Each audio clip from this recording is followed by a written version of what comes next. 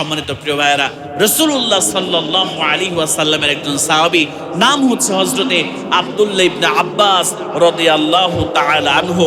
এই আব্দুল্লাহ ইবনে আব্বাস রাদিয়াল্লাহু তাআলা আনহু বলেন, যারা এই পৃথিবীর মধ্যে যারা গোপনে পাপ করে, যারা জিনা করে, যারা ব্যভিচার করে, যারা পরকিয়া করে, আল্লাহ পাক সুবহানাহু ওয়া তাআলা এই পৃথিবীতে তাদেরকে 4টা আযাব না দেওয়া পর্যন্ত আল্লাহ পাক তাদেরকে এই দুনিয়া থেকে, এই পৃথিবী থেকে আল্লাহ তাদেরকে বিদায় করবে না। জোরে বলেন নাউযুবিল্লাহ। তাহলে যারা পরকিয়া করে, যারা জিনা করে, যারা ব্যভিচার করে, যুবক ভাইয়েরা ভালো করে মনোযোগটা বাড়াই দিয়ে শোনো। আজকে তোমার যৌবনের তাড়নায়, নফসের ধোকায়, তোমার যৌবন আছে, তোমার শক্তি আছে, দৈহিক সামর্থ্য আছে, আজকে জেনার দিকে হাত বাড়াচ্ছ, তুমি ব্যভিচারের দিকে হাত বাড়াচ্ছ, কিন্তু তুমি জেনে রাখো তোমার এই যৌবন একদিন থাকবে না, তোমার এই শক্তি একদিন থাকবে না, তুমি বার্ধক্য উপনীত হয়ে যাবে। সেই দিন আল্লাহর কাছে তোমাকে ফিরে যেতে হবে। কোন মুখ নিয়ে তুমি আল্লাহর কাছে ফিরে যাবে? এজন্য সম্মানিত প্রিয় ভাইয়েরা, যুবক ভাইয়েরা যারা আছো, ভালো করে শোনো। তুমি যদি জেনা করো, ব্যভিচার করো, আল্লাহ পাকের 4টা আযাবের ব্যাপারে তুমি ভয় করো। আল্লাহ পাক সুবহানাহু ওয়া তাআলা তোমাকে 4টা আযাব না দেওয়া পর্যন্ত এই দুনিয়া থেকে তোমাকে বিদায় করবে না। জোরে বলেন নাউযুবিল্লাহ।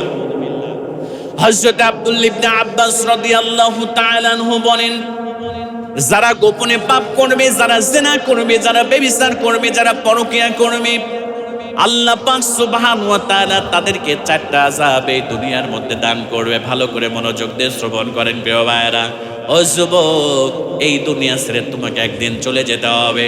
তুমি যদি জেনার পথ বেছে নাও, যদি তুমি জেনা করো, ব্যভিচার করো, আল্লাহর 4টা আযাব আসার ব্যাপারে তুমি ভয় করো। আব্দুল্লাহ ইবনে আব্বাস বললেন, 1 নম্বরে যে শাস্তি আল্লাহ পাক সুবহানাহু ওয়া তাআলা দিবেন, ইন্নালিস সাইয়্যাতি সামাদান ফিল ওয়াজি।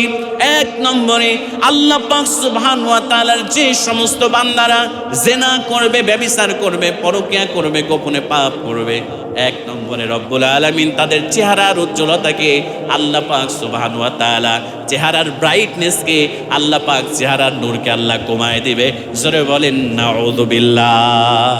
আপনার চেহারার উজ্জ্বলতাকে আল্লাহ নষ্ট করে দিবে, আপনার চেহারার নূরকে আল্লাহ পাক সুবহানাহু ওয়া তাআলা নষ্ট করে দিবে। দেখবেন সমাজের মধ্যে এমন অনেক যুবক আছে যারা দেখতে সুন্দর, দেখতে ফর্সা, কিন্তু নামাজ পড়ে না, জিনা করে, ব্যভিচার করে, গোপনে পাপ করে। দেখবেন তাদের চেহারার দিকে তাকানো যায় না, দেখলেই কেমন যেন একটা চেহারার বিকৃতি ভাব মনে হয়, দেখলেই কেমন যেন চেহারার মধ্যে কোনো নূর খুঁজে পাওয়া যায় না। আবার দেখবেন সমাজের মধ্যে কিছু ইয়াং জেনারেশন আছে, যুবক ভাই আছে, যারা শ্যামলা বর্ণের, মুখে রাসূলের সুন্নাহ দাড়ি রেখেছে, 5 ওয়াক্ত নামাজ পড়ে, কোরআন পড়ে, তাদের চেহারার দিকে তাকাইলে দেখবেন একটা উজ্জ্বলতা, একটা চেহারার মধ্যে নূর চমকায়। কথা বলে ঠিক কিনা? তার মানে যারা গোপনে পাপ করবে, রাতের অন্ধকারে যারা জেনা করবে, ব্যভিচার করবে, আল্লাহ পাক সুবহানাহু ওয়া তাআলা 1 নম্বর শাস্তি তাদেরকে দিবে, ইন্নালিস সাইয়্যাতি সামাদান ফিল ওয়াজহি। আল্লাহ পাক তাদের চেহারার নূরকে, আল্লাহ তাদের চেহারার উজ্জ্বলতাকে আল্লাহ কেড়ে নেবে। জোরে বলেন নাউযুবিল্লাহ। এবার আসেন 2 নম্বরে। আব্দুল্লাহ ইবনে আব্বাস রাদিয়াল্লাহু তাআলা আনহু বলেন, 2 নম্বরে যারা জিনা করবে, ব্যভিচার করবে, গোপনে পরকিয়া করবে, গোপনে পাপ করবে, 2 নম্বর শাস্তি হলো নুকসান ফির রিজক। আল্লাহ পাক তাদের রিজিকের বরকতটা কমায় দেবে। অনেকে আছে দেখবেন 1 লক্ষ টাকা মাসে ইনকাম করে, অন্যায়ভাবে গোপনে গোপনে ঘুষ খেয়ে 1 লক্ষ টাকা, 2 লক্ষ টাকা ইনকাম করে, গোপনে পাপ করে, রাতের অন্ধকারে পাপ করে, দুনিয়ার কেউ জানে না। দেখবেন এত টাকা ইনকাম করার পরে তাদের পরিবারের মধ্যে কোনো সুখ নাই, তাদের রিজিকের মধ্যে কোনো বরকত নাই। এজন্য আব্দুল্লাহ ইবনে আব্বাস রাদিয়াল্লাহু তাআলা বলেন, যারা গোপনে পাপ করবে, জিনা করবে, ব্যভিচার করবে, আল্লাহ পাক তাদের রিজিকের বরকতকে আল্লাহ পাক সুবহানাহু ওয়া তাআলা কমায় দেবেন। 3 নম্বরে বাগতাতান ফি কুলুবিল খালক। আল্লাহ পাক রব্বুল আলামিন সৃষ্টি জগতের প্রতি তাদের মায়াকে উঠাই নেবে, তাদের মধ্যে হতাশা আল্লাহ পাক ঢেলে দিবে, এমনকি এক পর্যায়ে এমন হতাশাগ্রস্ত তারা হয়ে যাবে, আমার প্রিয় ভাইয়ের আত্মহত্যার পথকে তারা বেছে নেবে। জোরে বলেন নাউযুবিল্লাহ। আমরা মাঝে মাঝে সোশ্যাল মিডিয়াতে দেখি, পেপার পত্রিকা খুললেই দেখি অনেক যুবক আর যুবতী তারা বিষকে আত্মহত্যা করেছে। একটা মেয়ের সঙ্গে হারাম সম্পর্ক ছিল, মেয়েটা তারে ছাকা দিয়েছে, তার সঙ্গে ব্রেকআপ করেছে, জন্য ফ্যানের সঙ্গে গলায় দড়ি নিয়ে আত্মহত্যা করেছে, বিষ পান করেছে, আত্মহত্যার পথ বেছে নিয়েছে, এমন সংবাদ কিন্তু আমাদের দেশের মধ্যে রয়েছে। এজন্য 3 নম্বরের শাস্তি হলো আল্লাহ পাক তাদের মধ্যে হতাশা ঢুকায় দিবে। 4 নম্বরে ওয়াহনান ফিল বাদান, আল্লাহ রাসূলের সাহাবী বললেন 4 নম্বরে যারা জেনা করবে, ব্যভিচার করবে, আল্লাহ পাক তাদের শরীরের মধ্যে এমন একটা রোগ ঢুকায় দিবে, তাদের শরীরের মধ্যে আল্লাহ পাক সুবহানাহু ওয়া তাআলা এমন একটা অসুখ দিয়ে দিবে, এই রোগের চিকিৎসা সে এই পৃথিবীর কোনো ডাক্তার, কোনো কবিরাজ এই রোগের চিকিৎসা দিতে পারবে না, এই রোগ তার ভালো হবে না। এমন একটা অসুস্থতা, এমন একটা রোগ আল্লাহ পাক সুবহানাহু ওয়া তাআলা ওই জেনাকারিনী নারী এবং পুরুষের মধ্যে আল্লাহ ঢুকায় দেবে। জোরে বলেন নাউজুবিল্লাহ।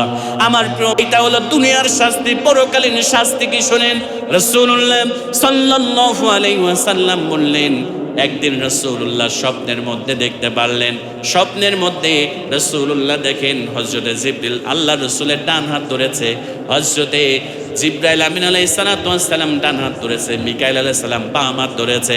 আল্লাহ রাসূল সাহাবায়ে কিরামদেরকে স্বপ্নের কথা বলতেছেন, ও আমার সাহাবীরা, আমাকে নিয়ে উর্দু আকাশে আল্লাহর ফেরেশতারা আমাকে নিয়ে চলে গেলেন, আমি জান্নাত দেখলাম, জাহান্নাম দেখলাম। আমি যখন জাহান্নামের মধ্যে গেলাম, আমি এক জায়গায় এমন একটা শাস্তি আমি লক্ষ্য করলাম। শাস্তিটা হলো একটা বড় চুলা, এই চুলার নিচের দিকে অনেক প্রশস্ত জায়গা, কিন্তু মাথাটা হলো সরু জায়গা, মাথা চিকন চুলার কিন্তু ভিতরে অনেক জায়গা। এমন একটা চুলা আমি দেখতে পারলাম, চুলার মধ্যে আগুনগুলো দাও দাও করে জ্বলে, এবং আগুনগুলো যখন উপর দিকে উঠে যায়, আগুনের সঙ্গে সঙ্গে আমি অসংখ্য নারী এবং পুরুষকে দেখলাম, অসংখ্য যুবক এবং যুবতীদেরকে দেখলাম, তারা উলঙ্গ অবস্থায়, পরনে পোশাক নাই, শরীরের মধ্যে পোশাক নাই। তারা আগুন যখন দাও দাও করে উপরের দিকে ওঠে, তারা উপরের দিকে উঠে যায়। আগুন যখন নিচের দিকে নেমে যায়, আগুন যখন কমে যায়, আবার তারা নিচের মধ্যে ওই চুলার মধ্যে পড়ে যায়। আবার আগুন যখন উপরের দিকে উঠে যায়, দাও দাও করে আগুনের মধ্যে অসংখ্য নারী এবং পুরুষ, যুবক এবং যুবতী, তারা আবার উলঙ্গ অবস্থায় উপরের দিকে উঠে যায়। আমি জিবরাইলকে জিজ্ঞেস করলাম, আখি জিবরাইল, হে ভাই জিবরাইল, এই সমস্ত বান্দা বান্দিরা কারা, যুবক যুবতীরা কারা? আমার প্রিয় ভাইয়েরা, হযরত জিবরিল আমিন আলাইহিস সালাতু ওয়াস সালাম ডাক দিয়ে বললেন, ইয়া রাসূলুল্লাহ, ইয়া হাবিবাল্লাহ, এরা হলো দুনিয়ার সেই সমস্ত নারী এবং পুরুষ, এরা হলো দুনিয়ার সেই সমস্ত যুবক এবং যুবতী যারা জিনা করেছে, যারা পরকিয়া করেছে, যারা ব্যভিচার করেছে, মোবাইল ফোনের মাধ্যমে, হোয়াটসঅ্যাপের মাধ্যমে, ফেসবুকের মাধ্যমে, মেসেঞ্জারের মাধ্যমে যারা জিনার সম্পর্ক করত, যারা ব্যভিচারের সম্পর্ক করত, যারা ঘরে স্ত্রী রেখে অন্যের সঙ্গে পরকিয়া করত, আল্লাহ পাক সুবহানাহু ওয়া তাআলা তাদেরকে এইভাবে, আল্লাহ পাক সুবহানাহু ওয়া তাআলা আগুনের মধ্যে তাদেরকে এইভাবে শাস্তি প্রদান করছে। জোরে বলেন নাউজুবিল্লাহ। এজন্য আমার প্রিয় ভাইয়েরা, দুনিয়ার 4টা আযাব থেকে যদি বাঁচতে চান এবং আল্লাহ পাক সুবহানাহু ওয়া তাআলার জাহান্নামের আগুন থেকে যদি আপনি বাঁচতে চান, তাহলে জেনা করা যাবে না, পরকিয়া করা যাবে না, ব্যভিচার করা যাবে না। আল্লাহ পাক সুবহানাহু ওয়া তাআলা নিষেধ করে দিয়েছে, লা তাকরাবুজ জিনা, তোমরা জিনা করো না, ব্যভিচার করো না। এই জিনা ব্যভিচারের পথ থেকে আমাদেরকে বিরত থাকতে হবে, যদি থাকতে পারি। আল্লাহ পাক সুবহানাহু ওয়া তাআলা সেইটাই সুন্দরভাবে ঘোষণা করে দিলেন, ওয়াল্লাযীনা হুম লিফুরুজিহিম হাফিযুন, যারা লজ্জাস্থানের হেফাজত করবে, যারা জিনা করবে না, ব্যভিচার করবে না, আল্লাহ পাক সুবহানাহু ওয়া তাআলা তাদেরকে জান্নাতুল ফেরদাউসের মালিক বানায় দিবে। জোরে বলেন সুবহানাল্লাহ।